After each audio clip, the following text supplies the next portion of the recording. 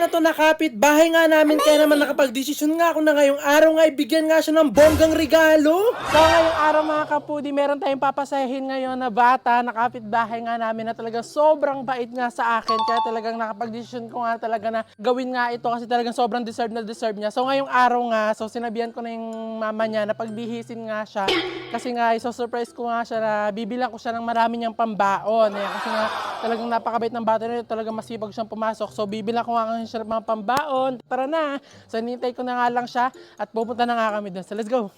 At maya-maya nga rin lumabas na nga rin itong bata nga na sobrang bait nga talaga sa akin, kaya talaga nakapag-desisyon nga ako na gawin nga sa kanya ito. Wala nga siyang ka-idea kung ano yung gagawin nga namin ngayon at tunsan nga kami pupunta kasi sa mama niya nga lang ako nagsabi. At habang nasa biyahe nga ako talaga natutuwa ako at na-excite na nga ako kung ano nga yung magiging reaction niya nga mamaya kapag nga naibigay ko na sa kanya yung bongga niyang regalo. Mukhang nga excited na nga rin siya, kaya talaga hindi na nga rin kami nagpatumpik-tumpik pa at nung nakarating na nga rin kami dito, agad-agad ko na nga rin siyang sinama papunta nga doon. At dahil nga talaga sobrang bait nga nitong bata nga na to, ay talagang nakapag-desisyon nga ako na ipag-grocery nga siya ng bongga. Kaya naman pagdating nga namin dito nga sa groceryhan ay talagang pinakuha ko nga siya ng hindi nga lang isang cart, talagang dinalawa ko na kasi marami nga kaming kukunin at hakutin ngayon. Sinasabi ko nga sa kanya, kunin niya nga lang yung makikita niya nga dyan na talagang wag nga siyang mahiya. At dahil nga first time niya nga to, talagang nahihiya nga siya, kaya talaga nung una pa nga lang ay ako na ngayon kumukuha nga ng mga bagay-bagay nga dito na talagang pwede niya nga ibaon at pwede niya nga kainin. Kung hindi nga kasi ako kukuha nga dito, talagang aabutin nga kami ng closing nga ng groceryhan nga na to kasi talagang nahihiya siyang kumuha. Sinabi ko naman nga sa kanya na minsan nga lang to, talagang deserve niya naman to, kaya naman kumuha nga na siya ng kumuha dito kung ano nga yung gusto niya. At maya-maya nga lang unti-unti na nga rin talaga siyang kumukuha-kuha nga dito kasi talagang pinipilit ko nga siya kasi sayang nga itong pagkakataon nga na to. Sinabi ko nga sa kanya na dalawang card nga yung pupunuin nga namin, kaya talagang kunin niya lang ng kunin nga dito yung mga gusto niya. Kung ako siguro yung nasa kalagayan niya nga nung mga panahon na kailangan ko nga na to, siguro mga wala pang 1 minute ay napuno ko na yung dalawang card. Kung hindi ko pa nga siya tutulungan nga sa pagkuha nga dito, yung talagang aabutin nga kami dito ng siyam-siyam, pero maya-maya nga rin talagang nagkakaroon na nga rin siya ng gana nga sa pagkuha. Kaya talagang itong ang bata nga na to, napili ko nga nang talaga na pag-groceryhan nga ng bongga kasi talagang sobrang bait niya nga sa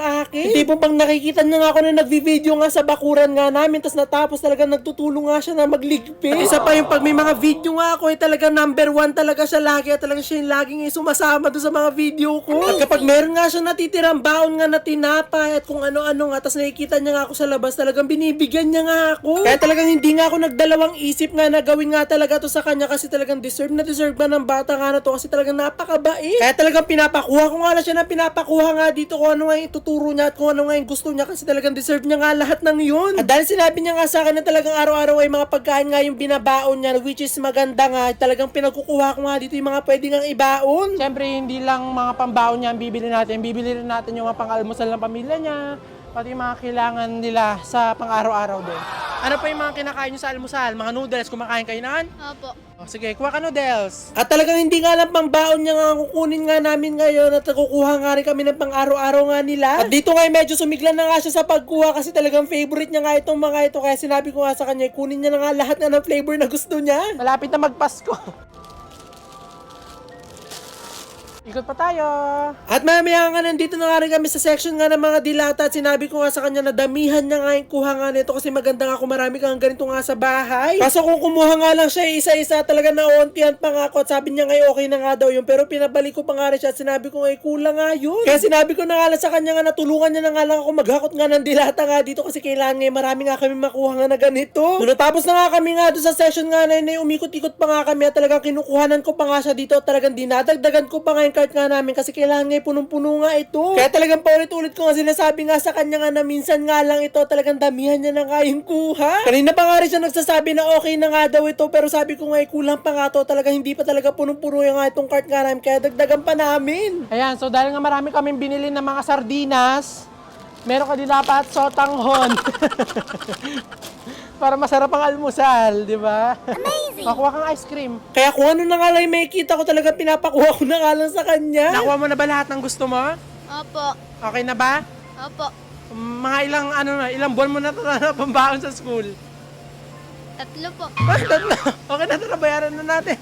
Kaya ito na nga, babayaran na nga namin to para nga talaga mauwi niya na. At gusto ko nga po i-shoutout nga yung mga tao nga dito nga sa Robinson, San Miguel, Bulacan, dito sa ECG kasi talagang inassist nga nila kami. Papunta na nga sana ako sa counter para nga magbayad nga itong mga pinamili nga namin kaso nabudol nga ako nito ni ate. Talagang masarap nga daw itong mga tinitinda niya nga tinapay kaya talagang napabili nga ako ng marami. Na-sales stock nga ako doon pero okay nga lang yun kaya talaga sinabi ko nga dito nga sa batang na napakabait nga na to na ipamigay niya na nga lang itong mga tinapay doon sa makikita niya. At ito na nga isa-isa na nga namin nilagay nga dito yung mga pinamili nga namin na talagang sobrang ako natutuwa kasi sobrang dami pala namin napamili. Ilang box na nga yun nandito nga sa cart pero marami pang ang binibilang at marami pang ang pinapunch kaya talagang natutuwa nga ako kasi akala ko ngayon unti nga lang yung mga nakuha namin. At doon nabayaran ko na nga at aalis na nga sana kami at talagang tinawag nga ako kasi hindi pa nga doon nalalagay yung iba pang mga pinamili namin. At talagang sobrang dami pala naming napamili at talagang deserve nga talaga ng bata nga na to kasi talagang sobrang bait. At sa kasalukuyan nga grade 6 na nga itong napakabait nga na bata na to. Talagang natuwa nga ako nung sinabi niya na hanggang pang grade 8 niya na nga daw ito. Sinasakay na nga lang din namin lahat nga na napamili nga namin dito nga sa likod nga ng sasakyan na talaga sa sobrang dami ngay malapit na nga mapuno tong likod na sasakyan namin. Ayan, so tapos na nga tayo na ipag-grocery nga si Ren. So ano naman gagawin mo sa mga grocery na natanggap mo?